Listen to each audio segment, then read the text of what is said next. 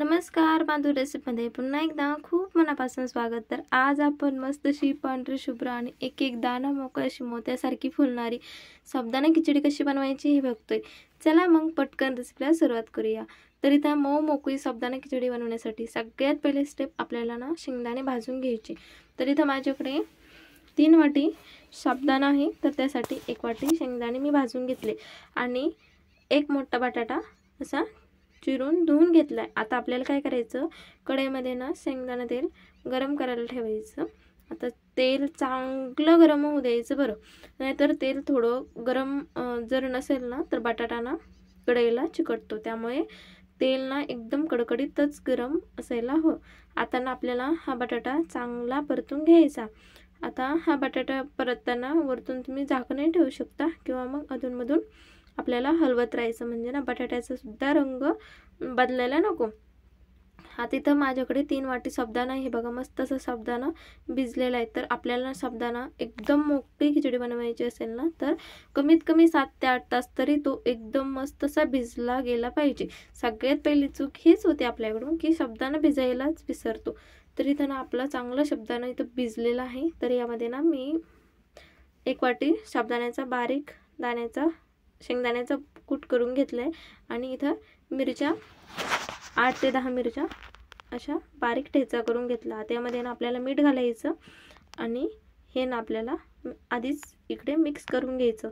हा सगळं शेंगदाण्याचं कूट आणि हिरव्या मिरचीचा ठेचा, मीठ आधी सगळं मिक्स करून घेतलं ना मग साबुदाणा परतायला सुद्धा आपल्याला जास्त वेळ लागत नाही, म्हणजे मिक्स एकदम मस्त असं सगळं मिक्स होतं आणि साबुदाणा आपला दाना दाना मोकळा तयार होतो।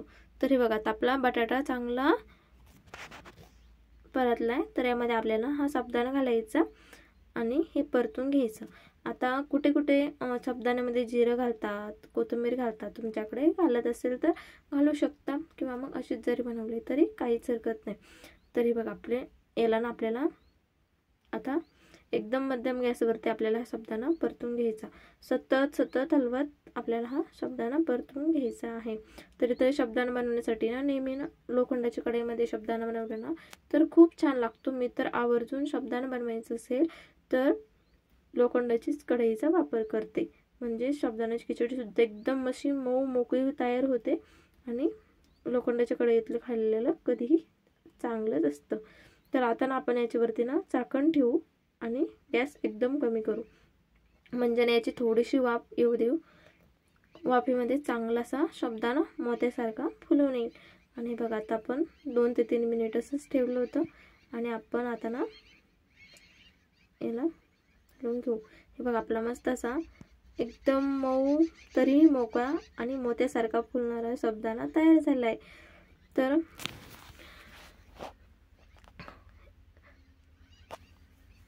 हे बघा किती मस्त असा मऊ आणि एक एक दाणा याचा मोकळा झालाय।